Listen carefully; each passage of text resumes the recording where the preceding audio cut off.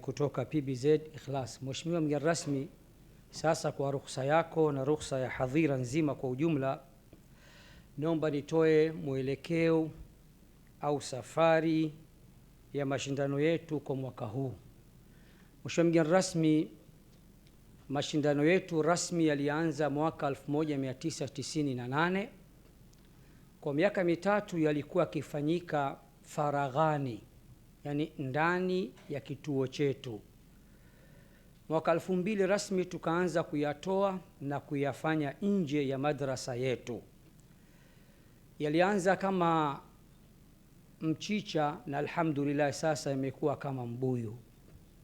Yalianza kama mashindano ya madrasa ya Al-Hikma. Baada ya hapo yakawa ni mashindano ya madrasa mbalimbali katika mtaa wetu wa Matumbi pale Mombeyanga.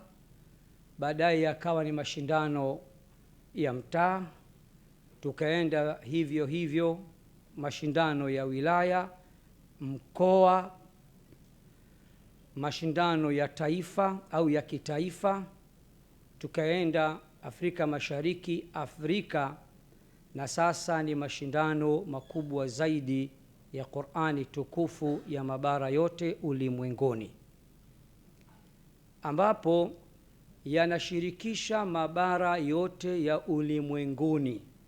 Na insha Allah leo mtajionea mabara yote ya ulimwenguni jinsi yatakavyoshiriki katika mashindano yetu.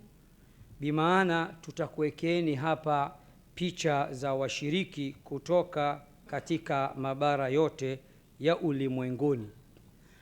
Mheshimiwa mgeni rasmi, mashindano haya hivi sasa ni mwaka wa 11 tangia ya hame rasmi katika kumbi mbalimbali.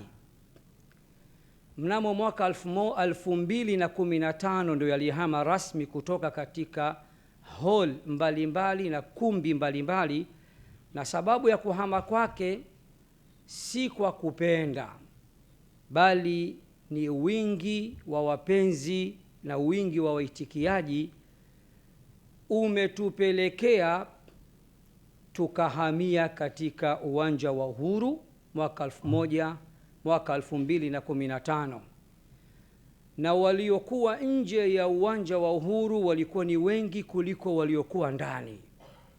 Tukafanya kama miaka miwili, 15, 16, ndipo aliyekuwa waziri mkuu mstaafu sasa Mheshimiwa Kassim Majaliwa alipokuwa mgeni rasmi akaturuhusu kwamba tuhamie sasa katika uwanja wa Mkapa. Na hivyo tunavyozungumza haya mashindano level yake yafanyika ndani ya viwanja vyote viwili, na hii si kwa ujanja wetu wala ujanja wa Al-Hikma Foundation. Hii ni siri ya Qur'ani na mapenzi yake mwenyewe Rahmani aliyefundisha Qur'ani.